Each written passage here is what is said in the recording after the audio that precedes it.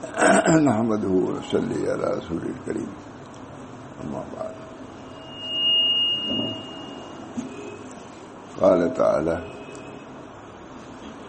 خذ من أموالهم صدقة تطهرهم وتزكيهم بها وصل علیہم.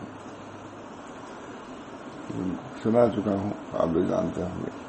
دستور السالکین یہ کتاب ہے ہماری، دستور السالکین. تو اصل اس کا مضمون یہ ہے کہ ایک عالم نے 10 اصول لکھے جو تزکیہ نفس کے لیے ہے. مجموعہ دستور السالکین، اس میں 10 اصول عرب عالم نے لکھا ہے. عشرۃ قواعد لتزکیۃ النفوس، عشرۃ قواعد لتزکیۃ النفوس، نفوس کے لیے. اسی کو میں نے ترجمہ کیا تھا، شاید معلوم دیکھا ہو. دستور السالکین بہت مقبول کتاب، سب سے زیادہ مقبول یہی کتاب ہے. بہت علماء میں اور بھی بہت سے حضرت تھانوی چیزیں جمع کر دیا ہے. بہت سے لوگ لکھا ہے. مولانا اب تو ضرورت ہی نہیں کچھ لکھنے کسی کو، تمام آپ لوگ تو معلوم ہی نہیں ہے. بہت ہے نا، آپ نے سنا ہوگا. 5واں قاعدہ جو کھلا وہی نکلا. القاعدۃ الخامسہ، 5واں قاعدہ تزکیہ ہے، جو تخلیہ و تحلیہ کا نام ہے. رضائل سے پاک ہونا اور جو عمدہ خصال ہے اپنے دل میں پیوست کرنا، یہ تخلیہ. رضائل سے پاک ہونا اور اچھے اخلاق کو اپنے دل میں جمانا، یہ ہے تزکیہ. صرف تخلیہ کا نام نہیں ہے تزکیہ، اور نہ صرف تحلیہ کا، بلکہ دونوں. جیسے کھیت ہے، اس میں سے غلط چیزیں نکالی جاتی ہیں، اینٹ پتھر چلنے کا، اس کے بعد اس پر دوسری چیزیں بوئی جاتی ہیں. تو کھیت کے لیے ضروری ہے کہ پہلے تخلیہ ہو. اینٹ پتھر اس کے نہ ہو کیسے اگائے گا؟ اسی طرح دل کی کھیتی کے لیے ضروری ہے اس کی اینٹ پتھر رضائل جو ہے اس سے پاک ہو جائے، تاکہ اچھی بیج اس کے اندر آ سکے. اللہ تعالیٰ ہم سب کو توفیق. سب انبیاء کے بعثت کا مقصد یہی ہے. هو الذی بعث فی الامیین رسولا منہم یتلو علیہم آیاتہ ویزکیہم. هو الذی، نبی کی بعثت بھی اسی لیے ہوتی ہے، تزکیہ کے لیے. اصل اللہ تعالیٰ ہم سب لوگوں کے نفوس کا تزکیہ فرمائے. سب کچھ ہے، لیکن واقعی آدمی جہاں رہتا ہے وہی اللہ ماشاء اللہ. یقیناً تزکیہ کی حقیقت اولا نفس کو رذائل، معاصی اور تمام قسم کے گناہوں سے خالی و پاک کرنا ہے. صاف دیجیے. یقیناً تزکیہ کی حقیقت اولا نفس کو رذائل، معاصی اور تمام قسم کے گناہوں سے پاک اور صاف کرنا ہے. ثانیاً پھر اس کے بعد نفس کو طاعات و مقربات سے مزین کرنا ہے. کتنا واضح لکھیے، عرب واضح لکھ رہا ہے، بہت صاف واضح. تزکیہ کی حقیقت اولا نفس کو رذائل، معاصی اور تمام قسم کے گناہوں سے خالی کرنا اور پاک کرنا ہے. ثانیاً پھر اس کے بعد نفس کو طاعات و قربات و اخلاق حسنہ سے مزین کرنا ہے. یہ اس کا آدمی مکلف. اسی لیے انبیاء کی بعثت ہوتی ہے، اسی لیے تاکہ مخلوق کے اندر یہ چیزیں پیدا کریں. اب تو تزکیہ کے نفس بھی نہیں جانتے. کچھ لوگ آئے تھے، ایک عالم آئے تھے، عبداللہ بحیر نے بیان کیا تزکیہ کے متعلق. تو پوچھنے لگے تزکیہ کیا چیز ہے؟ اتنا بھی علم نہیں تزکیہ ہے کیا ہے. تزکیہ کے نام ہی نہیں جڑے تھے. بنیادی چیز جیسے تلاوت تعلیم ہے، اسے تزکیہ بھی ہے. یتلو علیہم آیاتہ ویزکیہم ویعلمہم الکتاب والحکمہ. تعلیم بھی اصل ہے، تلاوت بھی ہے، اور سب کے اصل کیا تزکیہ نفس. نتیجہ تزکیہ نفس. یقیناً تزکیہ کی حقیقت اولا نفس کو رذائل معاصی تمام قسم کے گناہوں سے خالی اور پاک کرنا ہے. ثانیاً پھر اس کے بعد نفس کو طاعات اور قربات سے مزین کرنا ہے. اللہ تعالیٰ ارشاد فرمایا خذ من اموالہم صدقہ تطہرہم وتزکیہم بہا وصلی علیہم. آپ ان لوگوں کے مالوں میں سے صدقہ لے لیجیے، تزکیہ کے لیے زکوٰۃ لیجیے، جس کے ذریعے سے آپ ان کو پاک صاف کریں. مال سے تزکیہ ہوتا ہے. مال جتنا خرچ کرو گے اللہ کے راہ میں جائز طریقے سے، اعتدال کے طریقے سے، یہ تزکیہ کا موجب ہوگا. آپ ان کے مالوں میں سے صدقہ لیجیے جس کے ذریعے سے آپ ان کو پاک و صاف کر دیں گے، اور ان کے لیے دعا بھی کیجیے کہ نفس پاک ہو جائے. اللہ تعالیٰ کی ارشاد تو طاہروں میں اشارہ ہے، گناہوں سے ان کو پاک کر کے سیئات سے تخلیہ کی طرف لے جانا ہے. یہ باری تعالیٰ کی ارشاد وہ تو تزکیہ میں فضائل و حسنات کے ذریعے مقام تحلیہ کی طرف اشارہ ہے. میں کہتا یہ کتاب ہو اور وہ کتاب جو کر سنائی تھا وہ کوئی بات کی دنیا میں گھوموں کوئی ضرورت نہیں، کسی اور کتاب کی سب قرآن حدیث سے باقی. میں بھی خوش ہوں کہ اللہ تعالیٰ نے ایسی کتاب مجھ سے دکھائی ہے. اسے بڑی موٹی بڑی کتنی کتابیں ہیں، دستور السالکین نام بھی علماء کہتے ہیں یہ نام ہی عجیب وضع آفری ہے، دستور السالکین. کون سنتا ہے اس کی ضرورت؟ علماء کو تو سمجھ بھی نہیں آتی دوسرے کا بات ہے. رسیہ کہیں بری ذکر بھی نہیں آتا.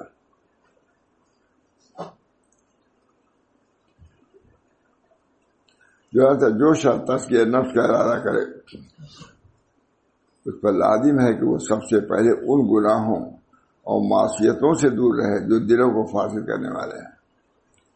توبہ کے لیے ہے توبہ کرو، گناہوں سے توبہ کرو. توبہ اول تمام گناہوں سے توبہ کرتا ہوں. بھائی جو ہوتا ہے اسی لیے توبہ کرو، کفر سے، شرک سے تمام. چنانچہ جو شخص تزکیہ نفس کا ارادہ کرے اس پر لازم ہے کہ وہ سب سے پہلے ان گناہوں اور معصیتوں سے دور رہے جو دلوں کو فاسد کر دیتے ہیں. اللہ تعالیٰ ہم سب لوگوں کی حفاظت کرنا. بنیادی چیز تو یہی ہے، معاصی سے بچنا، کبائر سے بچنا ہے. خاص طور سے کبائر تک میں مبتلا ہے. اللہ تعالیٰ ہم سب کی حفاظت کرنا. حالات سب کے بہتوں کے حالات ہم لوگوں کے سامنے ہیں.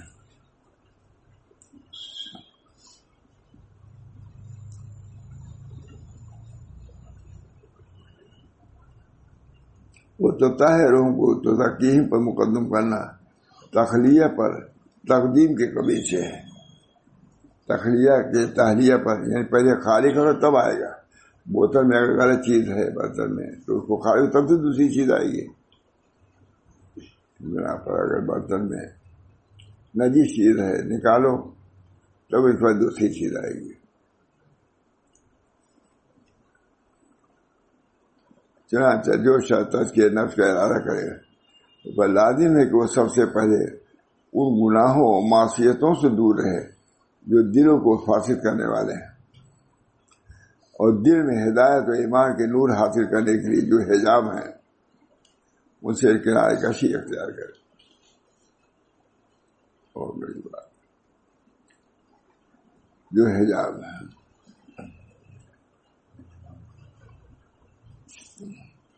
اور دل میں ہدایت ایمان کے نور حاصل کرنے کے لیے جو حجاب ہے ان سے کنارہ کشی اختیار کرے. جیسا کہ نبی کریم صلی اللہ علیہ وسلم نے ارشاد فرمایا ان العبد اذا اخطا خطیۃ تکتب فی قلبہ نقطۃ سوداء واذا هو استغفر وتاب سکر وران علی قلوبہم ما كانوا یکسبون.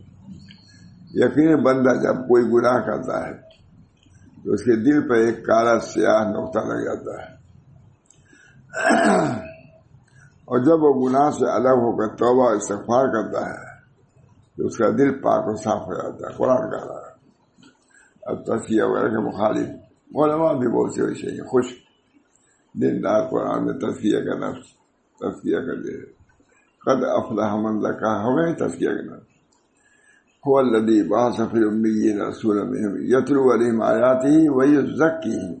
تزکیہ کا نفس یہ معنی کیا ہے؟ کم سے کم اقرار تو کرو بھائی، اس کی ضرورت کو محسوس کرو. اگر یہ بات نہ ہوتی اسلام اور ایمان کے بعد حضرت جبریل اسلام احسان کو تو سوال نہ کرتے. کافی تھا اسلام ایمان کی تعلیم. احسان کا مطلب یہ ہے نسبت احسان، اور وہ حاصل نہیں ہو سکتی جبکہ کہ تزکیہ نہ ہو. اللہ اس قلب میں نہیں آئے گا جس میں گناہ ہو، خطائیں ہوں.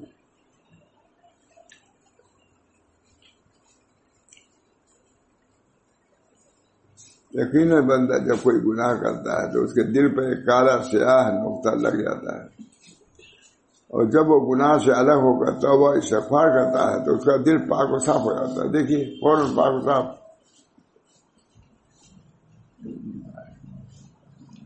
اگر بغیر توبہ وغیرہ کے دوبارہ گناہ کرتا ہے تو اس کالے نقطے میں اضافہ ہو جاتا ہے.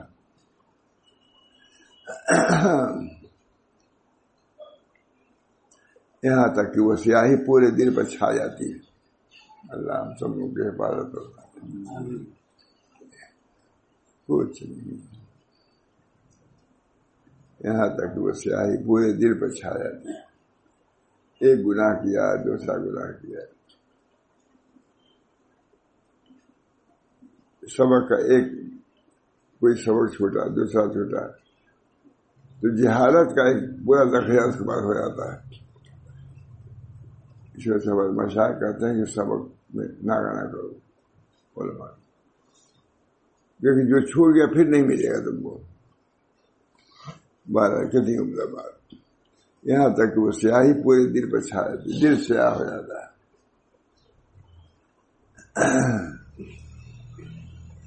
یہ وہی زنگ ہے جس کا باری تعالیٰ نے ذکر فرمایا ہے کہ اللہ بل رانا علی قلوبہم ما کانوا یکسبون. ہرگز ایسا نہیں، بلکہ ان کے دلوں پر ان کے اعمال کا زنگ بیٹھ گیا. اب جو لوگ اس کام کو کرتے ہیں وہی بدنام ہو جاتے ہیں. اس کام کی گنجائش نہیں ہے، جبکہ اسی لیے قرآن، اسی لیے حدیث، اسی لیے انبیاء سب آئے ہیں. اسی کی سب قدر و قیمت نہیں ہے. بڑے بڑے لوگوں کو قدر نہیں.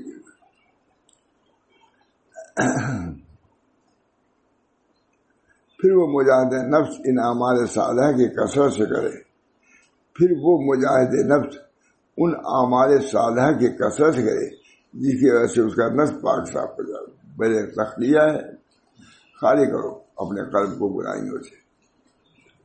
تحلیہ ذکر اللہ سے، دعوت کرام اللہ سے، نماز سے، تسبیحات سے تخلیہ.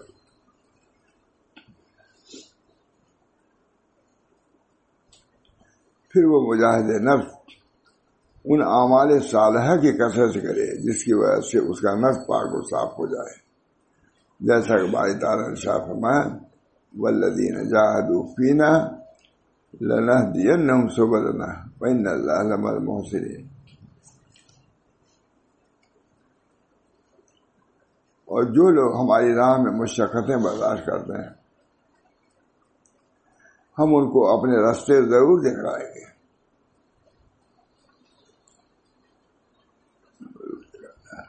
آپ کم جو دشنگی آور بدست، پانی کم ڈھونڈو دشنگی لاؤ، ہر جگہ کنویں ملیں گے تم کو.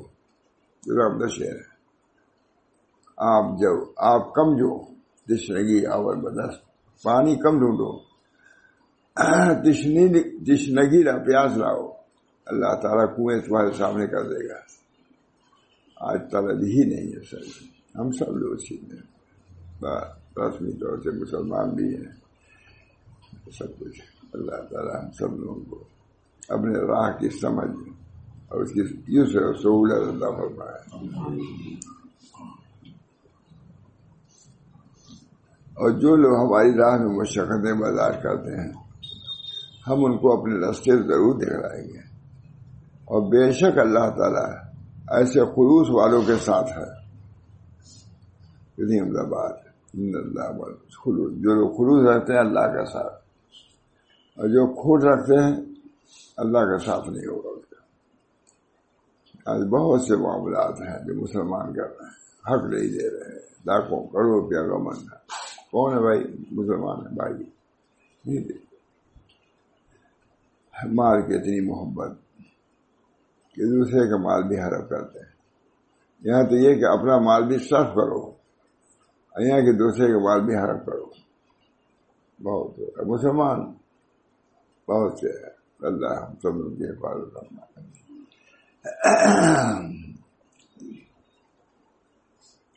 اور جو لوگ ہماری راہ میں مشقتیں برداشت کرتے ہیں ہم ان کو اپنے راستے ضرور دکھائیں گے. اور بے شک اللہ تعالیٰ ایسے خلوص والوں کے ساتھ ہے. ترجمہ کیا جو تھا خلوص والوں کے ساتھ، جس کے ساتھ سب چھوڑنے ساتھ اللہ ساتھ ہے.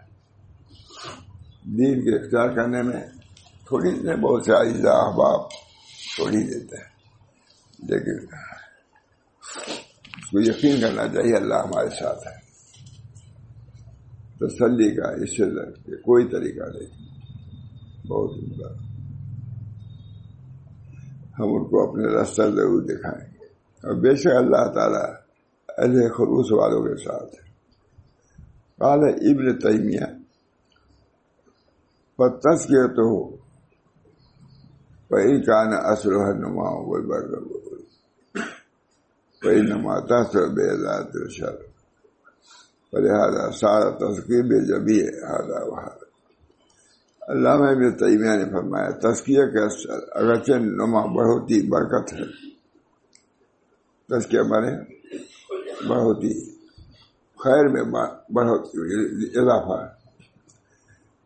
تزکیہ کے اثر اگرچہ نما یعنی بڑھوتی برکت اور خیر کی ذات، لیکن وہ شر کے ادارے سے حاصل ہوگا. تزکیہ کا معنی اصل یہ ہے کہ خیر کو حاصل ہونا ہے، لیکن وہ خیر جو حاصل ہوگا کب؟ جب برائی دور ہوگی. یہ مختلف دیکھ رہے ہیں، لیکن وہ شر کے ادارے سے حاصل ہوگا. چاہو خالی اچھی چیز مل جائے تو بری چیز نکالو گے تب اچھی جگہ چیز آئے گی. کس کو یہ مضامین ایسے مجھے سارے عالم کو ضرورت ہے. آج اسے جانتے بھی نہیں کہ ہم کو کیا کرنا ہے.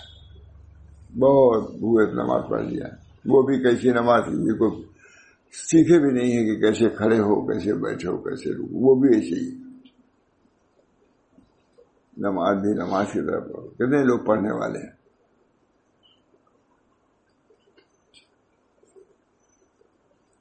علامہ ابن تیمیہ فرمایا تزکیہ کا اصل اگرچہ نما بڑھوتی برکت اور خیر کی ذاتی ہے، یہ وہ شر کے ادارے سے حاصل ہوگا.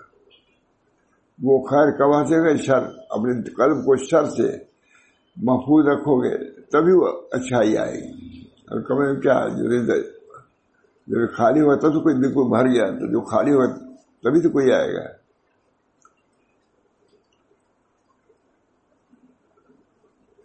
بس معلوم ہوا کہ تزکیہ اس تخلیہ اور اس تحلیہ دونوں کے جامع ہیں.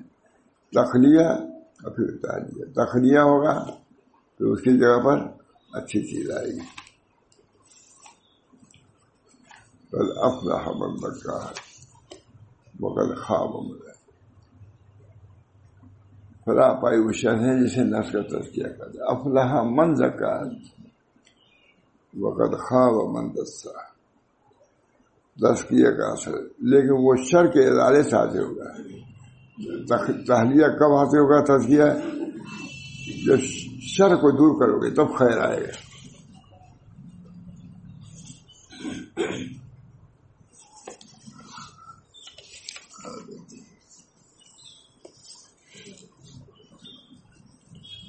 کیسے ہوگا؟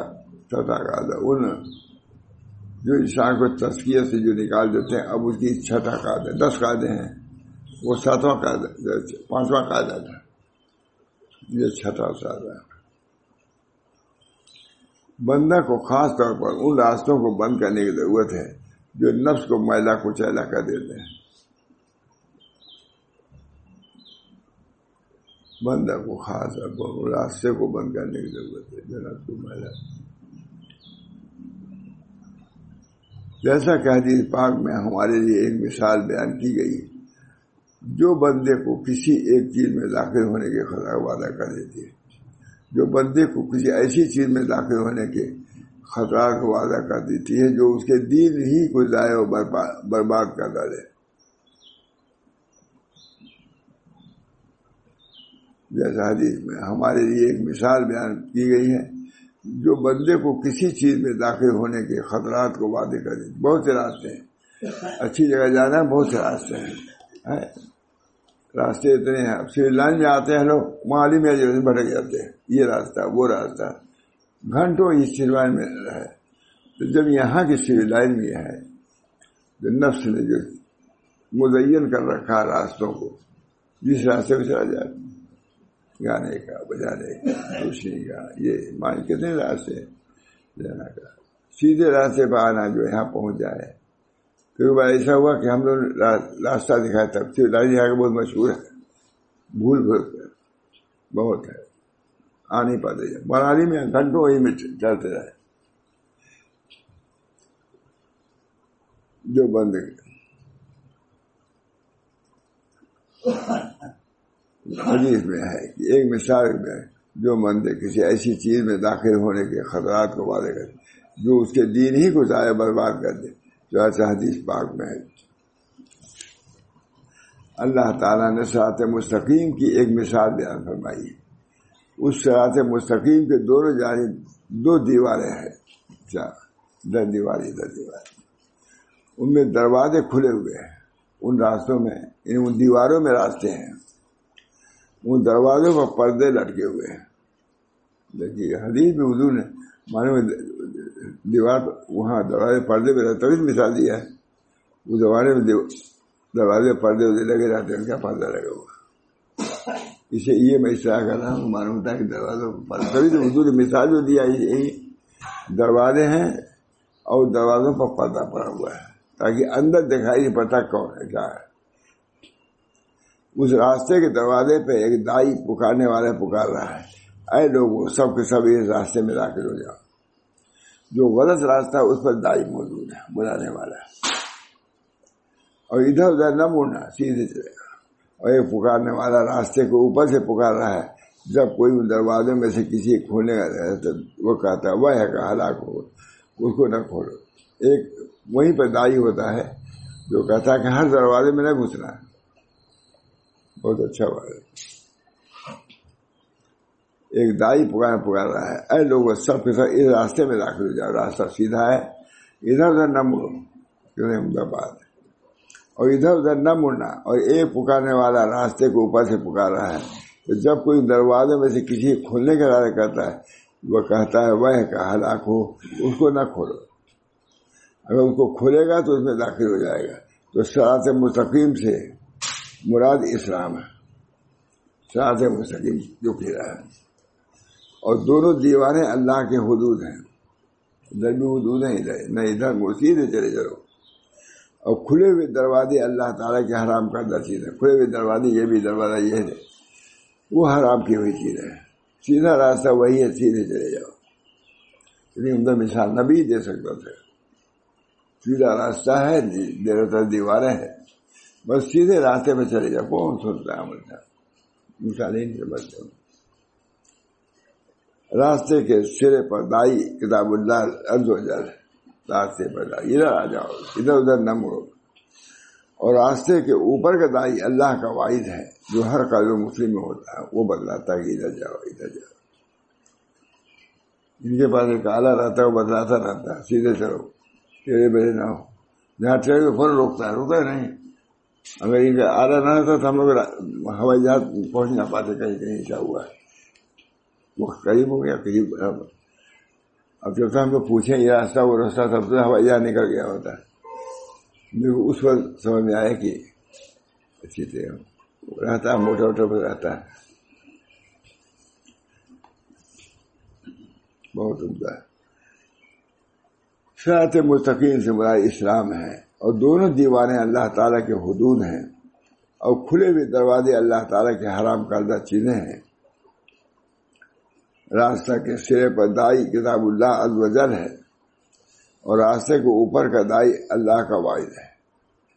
راستے کے سرے پر دائی کتاب اللہ ہے، اور راستے کے اوپر کا دائی اللہ کا واحد ہے، جو ہر قلب مسلم میں ہوتا ہے۔ وہ دین کی طرف بلاتا ہے، حق کی طرف بلاتا ہے۔ حافظ ابن رجب حنبلی نے فرمایا، جو شخص دنیا میں ہے وہ استقامت اور اسرار سے نکل چکا ہے۔ جو شخص دنیا میں ہے وہ استقامت اور اسرار سے نکل چکا ہے، وہ محارم کے ابواب میں اس پر کھل چکے ہیں۔ آج حالات یہ لکھے ہیں، جو شخص دنیا میں ہے وہ استقامت اور اسرار سے نکل چکا ہے، راستے پر استقامت اور محارم کے ابواب اس پر کھل چکے ہیں۔ یہ سوچنا پڑے گا مجھے، ہم کہاں جا رہے ہیں، چاہے ہم ہوں، چاہے اولاد ہو، چاہے پیر ہو، سب کو ہر وقت مستحضر رکھنا ہوتا ہے۔ کتنے پیر گمراہ ہو جاتے ہیں، کم رائنا شیوخ سخت ہو، بہت سے شیوخ کو دیکھا کہ گر گئے، طریق پر نہیں رہے، نیچے گر گئے، کٹ گئے، مر گئے، مطلب ہلاک ہونے والوں کا ایک پورا ازدحام ہے راستے میں۔ بس اس راستے میں چل رہے تھے، ادھر ادھر دیکھا، کٹ گئے، وہی رہ گئے۔ اتنی عمدہ مثال ہے، سیدھے چلے چلو۔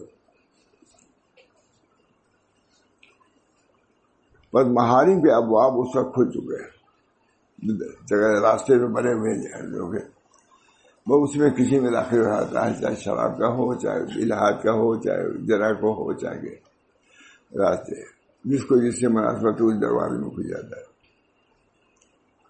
جو راستہ کے دائیں بائیں پردوں کی شکل میں ہے وہ اس میں داخل ہو چکا ہے، چاہے محارم شہوات کے قبیل سے ہوں یا شبہات کے قبیل سے۔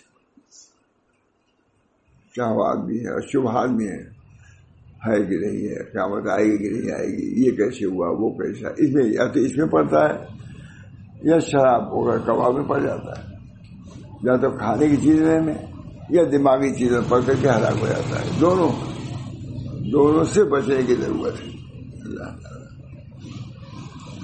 یہ بہت پسند ہے، بہت اچھا ہے، ہر سنا چکا ہوں، جس بات پہلی مرتبہ سنا رہا ہوں۔ ہر وقت اس کو تو معمول میں رکھنا چاہیے، لیکن ہم لوگ کو پتہ نہیں رہتا کون کتاب ہے۔ دستور السالکین تمام علماء نے اس پر بہت تعریف کی ہے۔ بعضوں سے آیا کہ بس تصوف پر جو لکھنا تھا ہم نے لکھ لیا، اصلاح کے لیے کافی ہے۔ میں کہا کہ نہیں، اگر یہ کتاب سامنے ہے ساتھ کہیں بھی جاؤ، ایک اور کتاب ہے علامہ کی، وہ بھی پتلی ہے، یہ بھی 2 پتلی کتاب رہے، لیکن اس کا مطالعہ خود کیے رہے تب۔ ابھی کون، یہ تو بالکل آسان ہے، اور وہ چاہے محارم شہوات کے قبیل سے ہوں، وہ جھروکے جو پڑے ہیں، یا تو شہوات شراب نوشی ہو یا اور کچھ ہو، اس کو کانٹے دار کھوٹیوں نے پکڑ لیا ہے، جو اس راستے پر دائم آئے ہیں، خاردار چیزیں اسی مقدار میں جس قدر وہ دنیا میں محارم کے ابواب کھول کر اس میں داخل ہوا ہے، اسی قبیل سے ہے۔ اللہ تعالیٰ کے ارشاد، قل للمؤمنین یغضوا من ابصارهم ویحفظوا فروجهم ذلک ازکی لهم ان اللہ خبیر بما یصنعون۔ اے نبی صلی اللہ علیہ وسلم، آپ مسلمان مردوں سے کہہ دیجیے کہ اپنی نگاہیں نیچی رکھیں، اللہ کا دین ہے، اپنے بندوں کے اندر تعلیم ہے، یہ تعلیم ہو رہی ہے، تعلیم اس کی یہ ہے، نبی کی تعلیم، اس کو رکھو تو تعلیم ہے، ورنہ کچھ نہیں۔ تعلیم کیا ہے؟ خود عمل بھی کرو۔ یہ ان کے لیے زیادہ صفائی کی بات ہے، بے شک اللہ سب کو سب خبر ہے۔ قال ابن حیان الاندلسی قدم غض البصر على حفظ الفرج لأن النظر برید الزنا ورائد الفجور والبلوى فيه اشد واکثر۔ ابو الحیان ان دوسرے نے فرمایا کہ غض بصر کو حفظ فرض میں مقدم کیا. وہ کیا ہے؟ غض بصر. آج کیا ہے؟ کل للمؤمنین یغضوا من ابصارہم، آنکھوں کو بند کرو.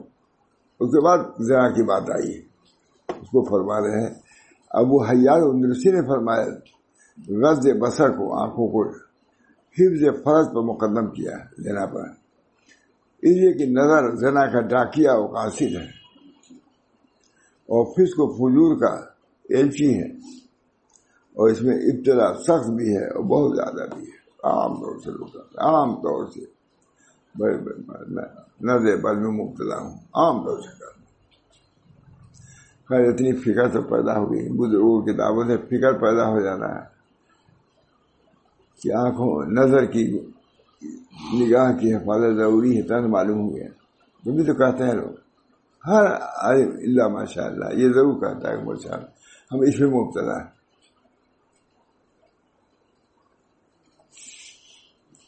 شیخ سعدی نے فرمایا جس نے اپنے شرمگاہ اور نگاہ کی حفاظت کر لی تو وہ اس خوب سے پاک ہوا ہے جس سے اہل فواہش وابستہ ہوتے ہیں. بس نظر کی حفاظت کرو اور اس کے اعمال پاک ہو گئے.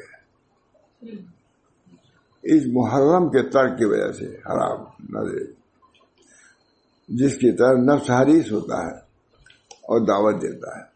نظر بد کے بعد ہی دعوت ہوتی ہے ملتی ہے. اور جو شخص اللہ عز و جل کے لیے کوئی برائی چھوڑ دے گا اللہ تعالیٰ اس کو اس سے بہتر عوض عطا فرمائیں گے. اسی وجہ سے میرے کلام مانے ترک و مالا یعنی فضول کلام، فضول نظر وغیرہ کو شامل ہے. کیوں فضول نظر؟ کیا تم کو ملے گا سوائے کہ قلب مشوش، اس کے اور کچھ ملے گا. حضرت تھانوی رحمۃ اللہ علیہ جب کوئی ریل کھڑی رہتی تھی، اسی طرح کھڑی رہتی ہے اور گزر رہی ہے ریل یا کھڑی ہے، نہیں دیکھتے تھے ادھر. ہو سکتا ہے کوئی عورت کھڑکی پر بیٹھی ہو نظر پڑ جائے. حضرت تھانوی نے لکھا، خود اپنے مدل لکھا ہے.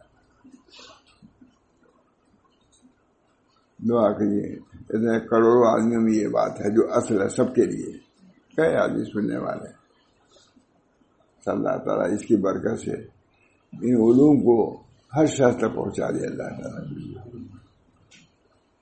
اللہ کی جب مسرت ہوگی کر بھی جائے، ان کے لیے کوئی وجہ نہیں. اتنے مسلمان ہوئے نا، لاکھوں آدمی مسلمان ہو گئے. کہیں کوئی نہیں تھا، ایک آدمی، دو آدمی، چار آدمی تھے. یہ زمانہ ہے کہ لاکھوں آدمی حضور کے ساتھ تھے مکہ معظمہ جانے میں. لیکن اللہ کے سے مانگو،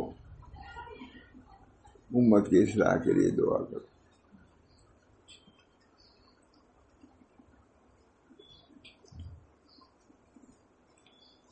اللہ میں ابن قیم نے فرمایا اکثر معاصی فضول کلام و فضول نظر سے وجود میں آتے ہیں، اور یہ دونوں شیطان کے لیے داخل ہونے کے سب سے کشادہ راستے ہیں، کیونکہ یہ دونوں جوارے نہ تھکتے ہیں اور نہ اکتاتے ہیں. آنکھ تھکتی نہیں دیکھنے سے. فضول کلام زبان کی معصیت ہے، فضول نظر یہ تو معصیت ہی ہے. لہذا بندے کے لیے مناسب ہے کہ وہ ناقل اور چوکنا رہے، غافل عاقل. لہذا بندے کے لیے مناسب ہے کہ وہ عاقل اور چوکنا رہے، غافل نہیں، عاقل. اور اللہ عز و جل سے صبر و نجات کا سوال کرے. اللہ تعالیٰ سے بچائیے، محفوظ رکھیے. موت کیا ہے؟ کتنے آدمی ختم، یہ بخار میں کتنے آدمی ختم ہو گئے. میں نے کہا مجھے مخصوص سے میں نے کہا پہلے موت کا مراقبہ کیا جا رہا تھا، اب تو موت کا مشاہدہ ہے بیٹا تو مر گیا، ختم. ایک دن کے بخار میں ختم. آج پیٹ بھی ہوتا ہے. اللہ کا نام سب مجھے اپنے سے مطالبہ کرتا رہتا ہوں، کہنے کے ساتھ بھی مطالبہ کرتا ہوں. اللہ تعالیٰ مجھے بھی ان تعلیمات پر جو صحیح تعلیمات ہے نبی کی قرآن حدیث سب ہے،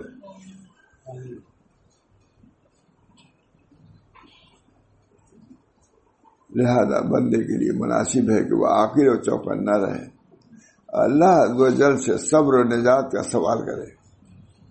یا اللہ جی چاہتا ہے دیکھنے کو رک جانا، اپنی آنکھوں کو بند کر لینا، پھر نورانیت آتی ہے، ایمان میں حلاوت آتی ہے، اور ان تمام طریقوں کو ختم کر دینے کا سوال کرے جو نفس کو ضائع اور فجور تک پہنچانے والے ہیں۔ یہ کتاب ہو مجھے کہیں وعد میں کبھی نہیں ہو سکتی، لیکن اس کو پڑھیں گے آپ لوگ بھی تب تو وعد میں کوئی دشواری نہیں۔ میں تو کہتا ہوں 2 کتاب اگر رہے، یہ ہم کہتے ہیں یہی ایک کتاب رہے 10 دن وعد کرنے کے لیے کافی ہے کہ نہیں؟ وعد ہوا نہیں، زبانی تو نہیں ضرورت ہے۔ اب میں سمجھتا کہ اسی طریقے سے ورک کرنے میں زیادہ اچھا ہے، دماغ کو زیادہ بار بھی نہیں پڑتا اور صحیح بات پہنچ جاتی ہے۔ لہذا بندے کے لیے مناسب ہے کہ وہ عاقل اور چوکنا رہے، وہ اللہ عز و جل سے صبر اور نجات کا سوال کرے اور تمام طریقوں کو ختم کر دینے کا سوال کرے جو نفس کو ضیاء اور فجور تک پہنچانے والے ہیں۔ کوئی مصیبت آئی آپ اسی میں لگ گئے، ارے خدا کی طرف توجہ کرے، کوئی نعمت آئی اسی میں پڑ گئے، پھر اس کو فجور تو ہے ہی ہے، اس سے بچو۔ بس بندے کا دین اس کی اثر پونجی ہے، یہ سمجھ لو، بس بندے کا دین جس کی پرواہ نہیں ہے، بس بندے کا دین اس کی اثر پونجی ہے۔ لکھنے والا بہت اچھا بندہ عرب ہے، لکھا پر بندے کا دین اس کی اثر پونجی ہے، اور اس کے ضائع ہونے میں دنیا و آخرت کا خسارہ ہے۔ اب ایسی چیزیں ریڈیو پا میں سب پوش باتیں آتی ہیں۔ بچے پہلے ہی سے آنکھ بھی ان کی خراب، یعنی کمی کو ایسے خراب عادی ہو جاتے ہیں برائیوں کو دیکھنے کے۔ مجھے بچوں کو تصویریں دیکھتے رہتے، فتنہ ہے ہم لوگ کے زمانے میں، فتنہ عام۔ اس کے بعد کیا کیا ہوگا اللہ ہی بہتر جانتا ہے، بہت ہے۔ آتا حدیثوں میں کہ اگر ایک آنکھ دین کو لینا، ہتھیلی پر انگارے کو لینا، منع کریے کسی بچے کو سمجھائیں، یہ کہیے فوٹو عام ہے وہ شخص ہر جگہ، یعنی یہ کہتے ہوئے جیسے ہم برا کام کر رہے ہیں فوٹو سے روک رہے ہیں، ایسا انداز ہے لوگوں کا، یعنی فوٹو سے منع کر رہے ہیں۔ جو آ رہا ہوں یہ بولی مولانا نہیں کرتا، لیکن عام طور سے فوٹو لیتے، ہم منع بھی کر سکتے، کتنا منع کیا، 1 کو منع کیے، 2 کو، 10 کو، 20 میں، تو پورا مجمع فوٹو لینے کے لیے تیار ہے۔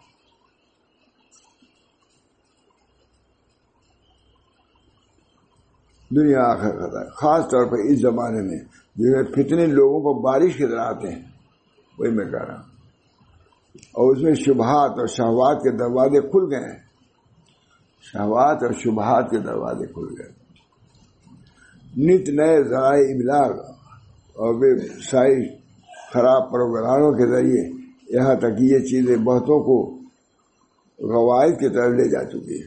گمراہی، غوائد میں نے وہی گمراہی، ضلالت، ان کو ہدایت سے ہٹا دیا ہے۔ نسأل اللہ العافیہ، ہم سب عافیت کا سوال کرتے ہیں۔ دامدہ ہے دستور السالکین لقرب رب العالمین، نام اس کا ہے، بعض علماء نے بہت پسند کیا، نام ہی کو پسند کیا، دستور السالکین لقرب رب العالمین، مجموعہ رسائل سلوک کے رسائل کا مجموعہ ہے۔ عبداللہ نے چھپوایا بھی کا بہت اچھا ٹائٹل ماشاء اللہ ہے۔ ہماری کتاب میں دیکھیے گنجرک نہیں ہے، باریک نہیں، صفحات کم کرنے کے لیے خرچ سب صاف بات ہے۔ ایسے واقعات میں میں نے کہا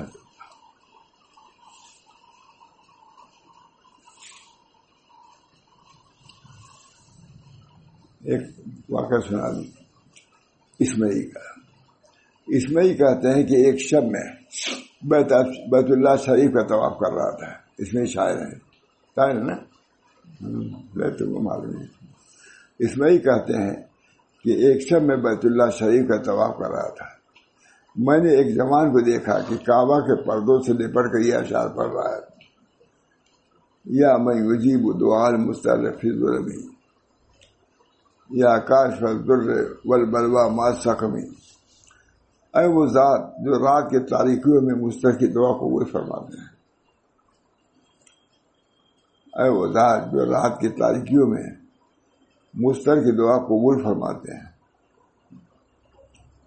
اور مصیبت اور غم کو بیمار سے دور فرماتے ہیں۔ آپ کے پاس آیا ہوا قد نام وقتک حول البیت وانتہبہ وانت یا حی یا قیوم لم تنم، آپ کے پاس آیا ہوا وفد بیت اللہ کے گرد پھرا اور سو بھی گیا، یہ طواف کیا اور سو گیا۔ پھر وہ لوگ بیدار بھی ہو گئے، مگر اے حی و قیوم آپ ایسے ہیں کہ آپ کبھی نہیں سوتے، آتا ہے سو جاتے ہیں۔ ادعو کا ربی حدین ہائے من قرقا فرحم بکائی بحق البیت والحرم، اے رب میں آپ کے اس حال میں پکارتا ہوں کہ علم رسیدہ ہوں، غم رسیدہ ہوں، پریشان حال ہوں، قلق والا ہوں، لہذا میرے رونے پر آپ نے بیت اور حرم کے صدقے میں رحم فرمائیے۔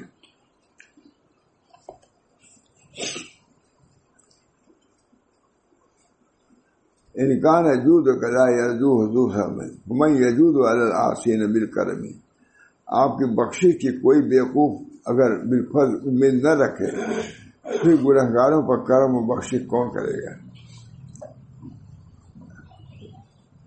پھر اشعار پڑھے خوب روئے، اس کے بعد اس طرح دعا کی، الا ایھا المقصود فی کل حاجت شکوت الیک ذر فرحم شکایتی، اے وہ ذات جو کہ ہر حاجت میں ہمارا مقصود ہے، میں نے آپ کی طرح اپنی تکلیف بیان کر دی، بس میری تکلیف کو دور فرمائیے۔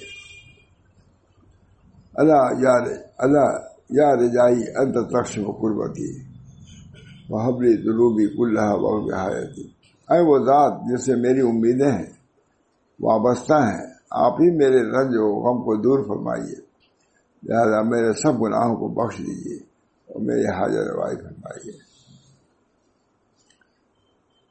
اتیت باعمال قباح ردیۃ وما فی البر عبد الجنا کجلایتی، میں آپ کے دربار میں نہایت ہی ردی اور کبھی اعمال لے کر حاضر ہوا ہوں، اور یہ سمجھتا ہوں کہ آپ کے مخلوق میں مجھ جیسا گنہگار کوئی نہیں ہے۔ اور تحرقنی بالنار یا غایت المنی فأین رجائی ثم این مخافتی، اے میرے امیدوں کی انتہا اور میرے آرزوؤں کی منتہا، اے میرے امیدوں کی انتہا اور میرے آرزوؤں کی منتہا، کیا آپ مجھے آگ میں جلائیں گے؟ اگر بالفرض ایسا ہوا تو میری پھر امید کیا کام آئے؟ میں امید کیا اور میرا خوف کیا کام آئے؟ یہ کہا اور زمین پر بے ہوش ہو گر پڑے۔ حضرت عابدین کی حضرت اسماعیل کا ہے، اسماعیل نے کہا کہ میں نے اس کو قریب سے دیکھا تو حضرت زین العابدین علی ابن حسین ابن علی ابن ابی طالب تھے، یہ اشعار پڑھ کے ضرور رہے تھے۔ اسماعیل کہتے ہیں میں نے اس جوان کو قریب سے دیکھا تو حضرت زین العابدین ابن علی ابن حسین ابن علی ابن ابی طالب تھے، یہ دیکھ کر میں نے ان کا سر مبارک اپنے گود میں لیا، بے ہوش پڑے ہوئے تھے اور خود بھی رونے لگے۔ آپ نے آنکھیں کھول دی اور فرمایا یہ کون ہے جو میرے اور میرے رب کے درمیان حائل ہو گیا؟ میں تو اللہ سے دعا ہے، کون ہے درمیان میں آ گیا اور مجھ پر ہجوم کر رکھا ہے؟ میں نے عرض کیا کہ حضرت آپ کا غلام اسماعیل ہے،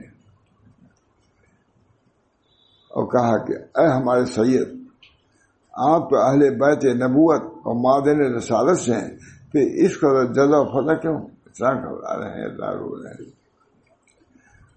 کیا اللہ تعالیٰ نہیں فرمایا انما یرید اللہ لیذهب عنکم الرجس اہل البیت ویطہرکم تطہیرا، اے اہل بیت، اللہ تعالیٰ ارادہ کرتا ہے کہ تم سے گندگی دور کرے اور تم کو خوب پاک کر دے۔ آپ نے فرمایا اے اسماعیل، یہ کیسی بات کہتے ہو؟ اللہ تعالیٰ نے تو جنت متقین کے لیے پیدا کیا ہے، حضور کے صرف خاندان کے لیے نہیں۔ اگرچہ وہ عبد حبشی ہو، عبد حبشی اگر دین پہ چل رہا ہے تو اس کے لیے جنت ہے، یہ سید لوگوں کے لیے ہوئی نہیں کہ سادات کے لیے ہو۔ کسی معرفت دیر العابدی، اور دوزخ کو عاصین کے لیے پیدا کیا ہے، اگرچہ وہ سید و قریشی کو نہ ہو۔ اور کیا اللہ نے یہ ارشاد نہیں فرمایا فَإِذَا نُفِخَ فِي الصُّورِ فَلَا أَنْسَابَ بَيْنَهُمْ، جب سور پھونکا جائے گا تو اس دن نسب کام نہیں آئے گا۔ سبحان اللہ، کس قدر پاکیزہ حال تھا آپ کے قلب اطہر کا، اور اس میں بھی کس قدر متبع سنت ہے کہ رسول اللہ صلی اللہ علیہ وسلم کے حال کی تصویر بعد والوں کو اپنے حال سے دکھلا دی کہ یہ حال ہوتا، اور جس حال سے خود متصف تھے نہ معلوم کتنے لوگوں کو متصف اور متاثر کر دیا ہوگا۔ چنانچہ یہ سلسلہ برابر چلتا ہی رہا اور چلتا ہی رہے گا، اگرچہ قلیل۔ چنانچہ حضرت سیدنا عبدالقادر جیلانی خوف خشیت کا حال ملاحظہ فرمائیے۔ عبدالقادر گیلانی دیدن در حرم کعبہ روح بر حسان نہادہ بود و گفت، حضرت سیدنا عبدالقادر جیلانی کو لوگوں نے دیکھا کہ حرم شریف کے کنکریوں پر پیشانی رکھے ہوئے تھے اور یہ کہہ رہے تھے کہ اے خداوند بخشا و اگر مستوجب عقوبتم مرا ضرورہ نابینا برکے، اگر میں سزا کے لائق ہوں تو مجھ کو نابینا اٹھائیے تاکہ اپنے لوگوں سے مجھے شرمساری نہ ہو۔ لوگ سمجھے بڑے بزرگ تھے، یہ تھے، یہ رشتے میں آ گئے کسی دفعہ، اے خداوند عالم مجھے بخش دیجیے، اگر میں سزا ہی کا مستحق ہوں تو مجھے روز قیامت نابینا اٹھائی ہو تاکہ نیک لوگوں کے سامنے شرمندہ نہ ہو۔ سبحان اللہ، کیا خوب حال تھا۔ خوف و رضا کے الفاظ سننے میں تو آتے ہیں، مگر ان حضرات کے عمل و حال سے ان الفاظ کا مفہوم سمجھ میں آتا ہے۔ اللہ تعالیٰ، میں تو بہت خوش ہوں کہ اللہ تعالیٰ نے اسی کتاب لکھا دی ہے۔